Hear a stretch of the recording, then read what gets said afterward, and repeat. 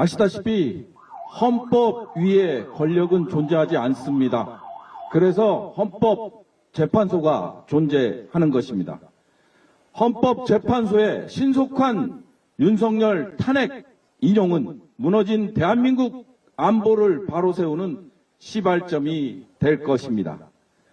윤석열 탄핵 판결 지연으로 대한민국의 안보 리스크는 점점 더 가중되고 있습니다.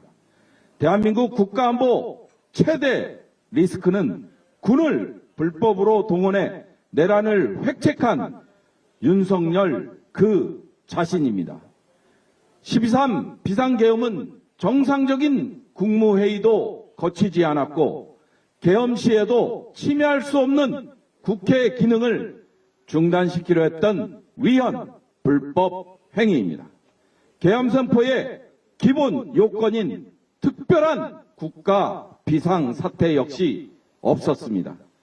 본인의 안위만을 위해 헌법과 법률이 정한 절차와 요건을 완전히 무시하고 비상계엄을 선포하고 군을 동원한 윤석열은 대한민국 안전보장에 가장 위험한 인물입니다. 우리 군이 국가수호 임무 수행에 전념하고 다시 명예를 되찾을 수 있도록 준엄한 심판과 회복의 시간이 절실합니다. 윤석열 파면은 자격을 상실한 국군 통수권자 윤석열로부터 국군 통수권을 박탈하는 조치이며 탄핵, 기각, 각하는 윤석열에게 위헌, 불법, 계엄, 선포 권한과 불법 군동원을 허용하는 면허가 될 것입니다. 윤석열이 12.3 내란을 획책하는 과정에서 군은 본분을 망각했고 기강은 무너졌습니다.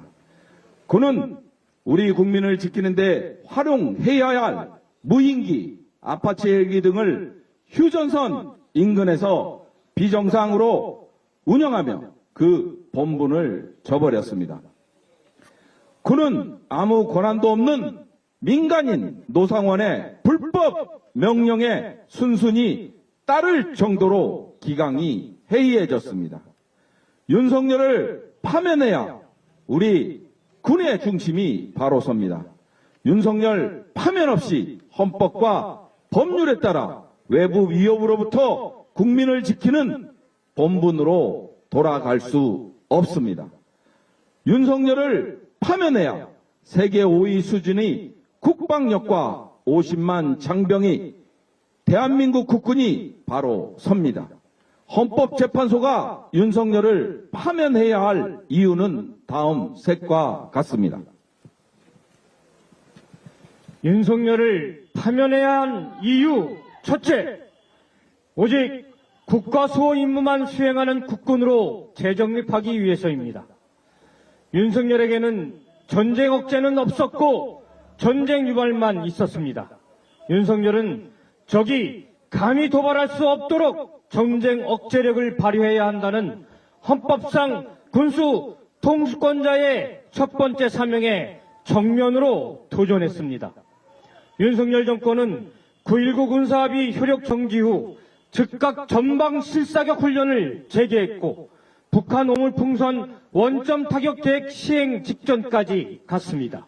또 전투용 부적합 판정을 받은 무인기를 평양에 보내 비라를 살포하고 대북전단을 직접 북측 주요 지역에 살포했다는 의혹도 매우 짙습니다. 북한과 교전을 일으켜서라도 비상계엄의 요건을 만들겠다는 행태가 아니고 무엇이겠습니까?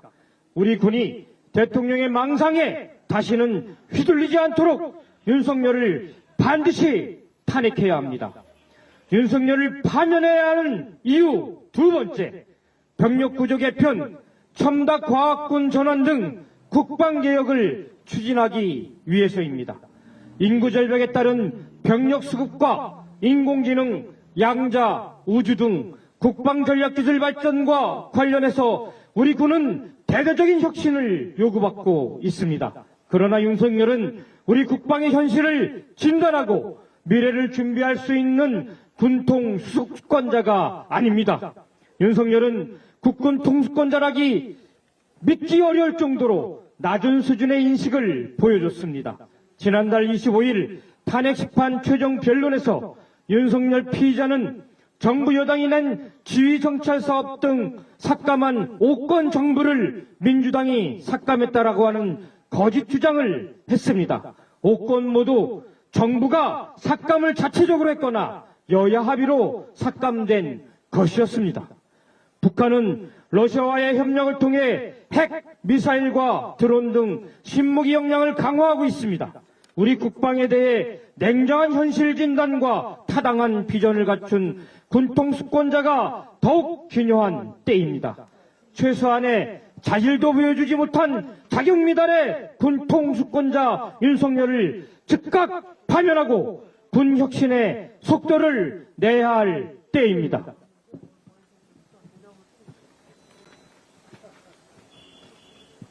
윤석열을 파면해야 하는 이유 세 번째, 튼튼한 한미동맹을 유지하고 다국화 질서를 돌파할 수 있는 안보 리더십을 다시 세워야 하기 때문입니다. 한미동맹을 강조해온 윤석열 정부 들어서 한미동맹은 오히려 위기를 맞이했습니다. 필요성과 파급력이 충분히 검토되지 않은 설익은 핵무장과 느닷없는 12.3 내란을 계기로 미국은 한국을 다시 보기 시작했습니다. 12.3 내란은 한미가 공유하는 민주주의 가치에 정면으로 위배되고 가장 가까운 동맹국 미국과 일절 상의 없이 벌인 일이기 때문입니다.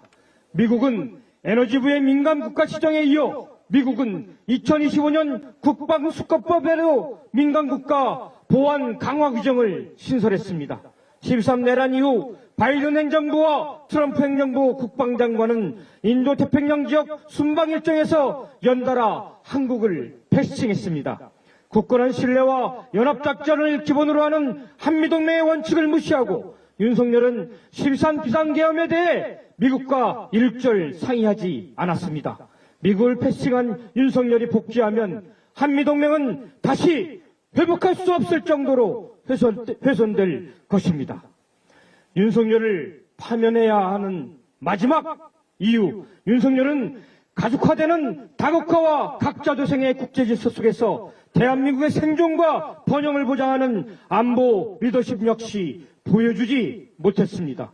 중국의 대만 정책을 힘으로 현상 바꾸려는 시도라고 비판하고 우크라이나에 대해 연대하면 자유와 민주주의를 지킬 수 있다고 말하며 저지해야 할 북러 관계 밀착을 부추겼고 전략적으로 관리해야 할 한중 관계는 악화시켰습니다. 헌법재판소에 간절한 마음으로 호소합니다. 국가안보는 평소에는 그 소중함을 느낄 수 없지만 위기 시에는 가장 무자비한 형태로 그 모습을 드러냅니다. 그 파급력은 우리 경제, 민생, 사회, 심리어, 심리까지 곳곳에 위협적으로 침투할 것입니다. 대한민국 국가안보는 최고 지도자, 국군 통수권자인 대통령의 리더십에 좌우됩니다. 윤석열은 국민을 지키려는 열정을 가진 군수 통수권자가 아니었습니다.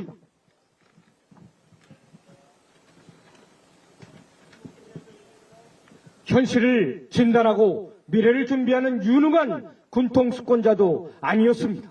그는 북한과 교전을 일으켜서라도 자신의 안위와 이익을 챙기려는 이기적이고 위험한 군통수권자일 뿐입니다. 지금 우리는 대한민국 국군이 또다시 한 사람의 망상에 분모하게 되느냐, 헌법과 법률에 따라서 국군을 수호하는 명예로운 임무를 수행하게 되느냐의 기로에 서 있습니다. 헌법재판소는 대한민국의 국가안보를 바로 세우는 길이 무엇인지 깊이 고심해 주시기 바랍니다. 감사합니다.